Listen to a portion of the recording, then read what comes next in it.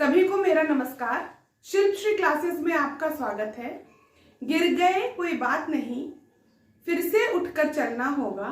जो हो गया सो हो गया, अब आगे और आगे निकलना होगा। इन्हीं विचारों के साथ आइए आज की कक्षा शुरू करते हैं। पिछली कक्षा में हमने संधि के बारे में चर्चा की थी। संधि किसे कहते हैं, संधि का क्या रूप है, संधि के कितने प्रकार हैं। तो चर्चा में यह आया था कि दो वर्णों के मेल को संधि कहते हैं। ठीक है, संधि का अर्थ है दो वर्णों का मेल। पहले शब्द के आखिरी वर्ण का और दूसरे शब्द के पहले वर्ण के मेल से जो विकार या परिवर्तन उत्पन्न होता है उसे संधि कहते हैं। संधि के मुख्य रूप से तीन भेद बताए गए थे: स्वर संधि, व्यंजन संधि और विसर्ग संधि। ठीक है, इन तीनों में से आज हम स्वर संधि पर चर्चा करेंगे।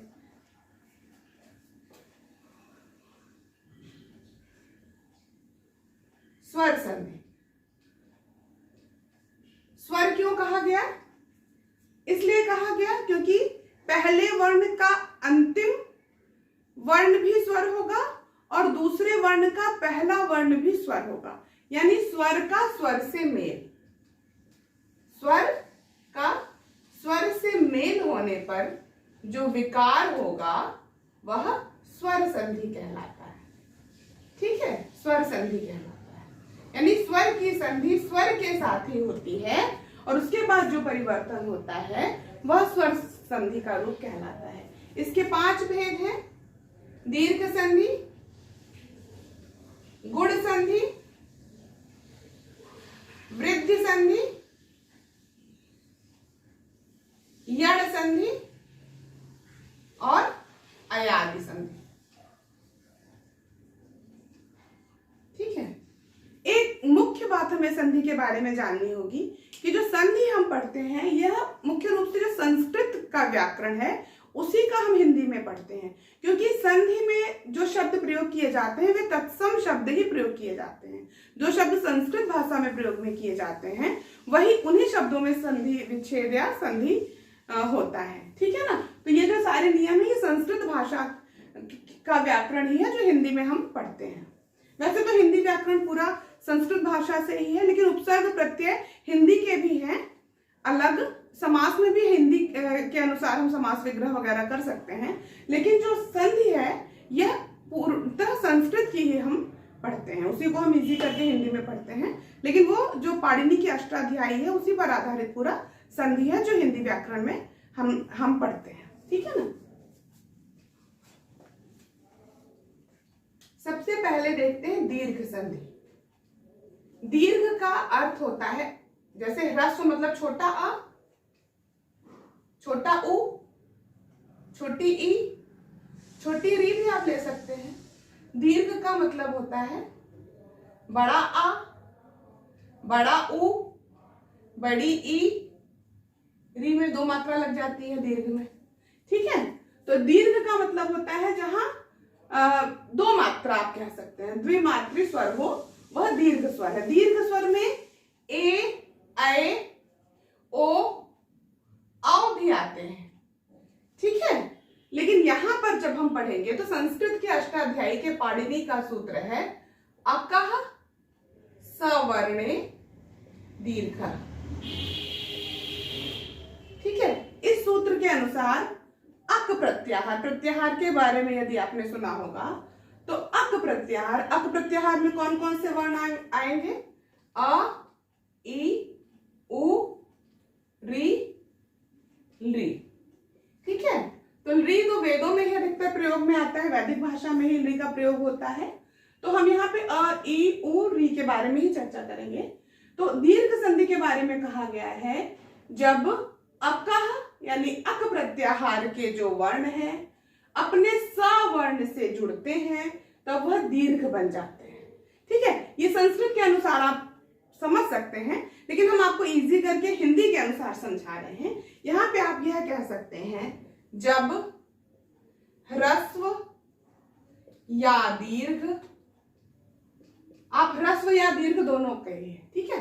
ह्रस्व या दीर्घ अ, ई, उ और री के बाद ह्रस्व या दीर्घ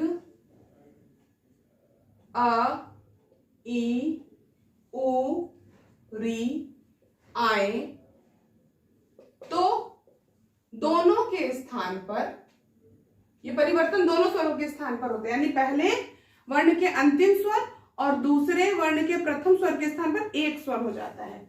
दोनों स्वरों के स्थान पर दीर्घ आदेश हो जाता है। दीर्घ आदेश क्या होता है? आदेश यानी आ, ई, उ एवं री आदेश हो जाता है। हिंदी में इसका प्रयोग बहुत कम मिलता है, इन्हीं तीनों का अध्ययन हम करेंगे, ठीक है ना। तो आ, ई, उ हो जाता है, इसमें बहुत सारी कंडीशन बनती है। आइए देखते हैं, पहले हम अ का अ से मेल देखते हैं। कितनी कंडीशन अ में बनती है? अ धन अ बराबर भी आ होगा, अ धन आ बराबर भी आ होगा, ठीक है। आ धन आ बराबर भी आ होगा, 4 कंडीशन बनेगी इस सब में। और आ धन अ बराबर भी आ होगा। उदाहरण आप देख लीजिए सबका, एक एक उदाहरण तो कम से कम देख लें। जैसे मतानुसार, मत धन अनुसार, है ना, इसका अ और इसका अ जुड़ के आ हो गया, तो त में ये अ जुड़ गया तो मतानुसार शब्द बना, ठीक है। इसी तरह भावार्थ, भव धन अर्थ, सूर्यास्त, सूर्य धन अस्त, इसके अलावा सत्यार्थ, सत्य धन अर्थ, यानी अ और अ जुड़ के आ बनता है दीर्घ संधि के अनुसार। दूसरा है अ धन अ, रत्नाकर देख लेते हैं। रत्नाकर, रत्न धन आकर, ठीक है। रत्न का अ और आकर का आ जुड़ के आ बन गया, रत्नाकर शब्द बना। इसके अलावा हिमालय, देवागमन, प्राणायाम, ठीक है। देव धन आगमन, प्राण धन आयाम। तीसरा उदाहरण है आपका आ धन आ, इसमें आप देख सकते हैं दयानंद, दयानंद, दया धन आनंद, ठीक है। आ और आ जुड़ के भी आ ही रह गया, बना दयानंद, ठीक है। महाशय, महाधन आशय, विद्यालय, विद्या धन आलय। आ धन अ की कंडीशन है सीमांत, सीमा धन अंत, आ अ जुड़ के आ बना, ठीक है। तो हो गया सीमांत। इसके अलावा और भी उदाहरण है, आप कह सकते हैं दीक्षांत, परीक्षार्थी, परीक्षा धन अर्थी, यथार्थ, ठीक है ना। अब देखिए अगली कंडीशन ई की है। ई में दीर्घ संधि कैसे होती है? ई धन ई बराबर भी ई होगा, ई धन बड़ी ई बराबर भी बड़ी ई ही होगा, बड़ी ई धन छोटी ई बराबर भी ई ही होगा, और दीर्घ ई धन दीर्घ ई बराबर भी दीर्घ ई ही होगा। इसका उदाहरण देखिए, जैसे पहला है मुनींद्र, आप देख सकते हैं इसका संधि विच्छेद है मुनि धन इंद्र, ठीक है। छोटी ई दोनों मिलकर बन गई बड़ी ई, तो नाम में बड़ी ई जुड़ गई, शब्द बन गया मुनींद्र, ठीक है। और भी उदाहरण इसके आप देख सकते हैं अतीव, अति धन इव, कवींद्र, कवि धन इव, अभीष्ट, अभिधन इष्ट। छोटी ई और बड़ी ई का उदाहरण देखिए, फणीश्वर, फड़ी धन ईश्वर, ठीक है। छोटी ई बड़ी ई मिलके बन गई बड़ी ई, बन गया फणीश्वर। ठीक है, इसके अलावा कवीश, कविधन ईश, हरीश, हरिधन ईश। ठीक है, परीक्षा, परिधन ईक्षा। अगला है बड़ी ई और छोटी ई का, तो इसके लिए आप कह सकते हैं महेंद्र, नारीच्छा, ये सारे शब्द हैं। महेंद्र में कौन सा है, छोटी ई में मही धन इंद्र, मही मतलब धरती और इंद्र मतलब इंद्र स्वामी, तो बड़ी ई छोटी ई मिला के भी बड़ी ई बना, महेंद्र बना। नारी धन इच्छा, नारीच्छा बना। ठीक है, बड़ी ई और बड़ी ई मिला के शब्द बनता है रज, रजनीश, रजनी धन ईश, बड़ी ई मिला के भी बड़ी ई रह गया, बन गया रजनीश, श्रीश, सतीश। ठीक है, नदीश, बहुत सारे शब्द हैं जिनको आप देख सकते हैं। अगला एक कंडीशन और बचती है दीर्घ संधि में, जो हिंदी में प्रयोग में आता है वो है ऊ की।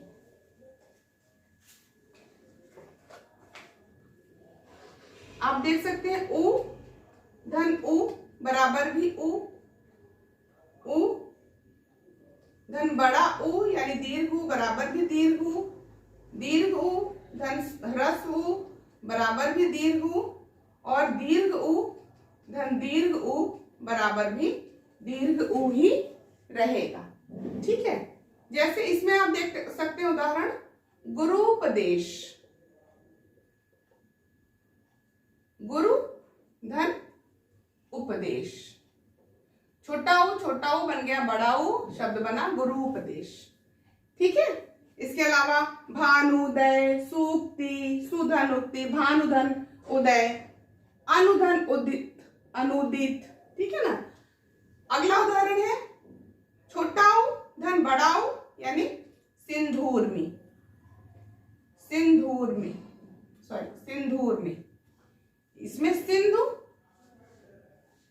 धन उर्मी। ठीक, संधि हो गई ऊर्मी, बड़ा ऊ है, संधि हो गई सिंधु धन ऊर्मी में छोटा ऊ बड़ा ऊ मिला के बड़ा ऊ बना, सिंधूर्मी शब्द बना। लघु उर्मी भी बनेगा इसी तरह। अगला है बड़ा ऊ और छोटा ऊ, उदाहरण है वधूत्सव, वधूत्सव में वधु धन उत्सव, इसमें बड़ा ऊ है यानी दीर्घ ऊ और ह्रस्व ऊ दोनों मिलके दीर्घ ऊ बन गया, शब्द बना वधूत्सव। ठीक है, इसके और भी है भूदगार, भू धन उद्गार, उदाहरण अब दीर्घ ऊ मिलकर दीर्घ ऊ बनता है। ठीक है, जैसे भूर्जा, भू धन ऊर्जा, ऊ धन ऊ मिलकर बना ऊ, बन गया भूर्जा। वधूर्मी शब्द भी इसी तरह बनेगा, वधू धन ऊर्मी। ठीक है, वधू धन ऊर्मी शब्द बनेगा वधूर्मी। वधूर्जा शब्द भी इसी तरह बनेगा। ठीक है, इस तरह संक्षेप में हमने दीर्घ संधि के बारे में जाना। अगली कक्षा में हम गुण संधि के विषय में चर्चा करेंगे। तब तक के लिए बहुत बहुत धन्यवाद। आपका दिन शुभ हो।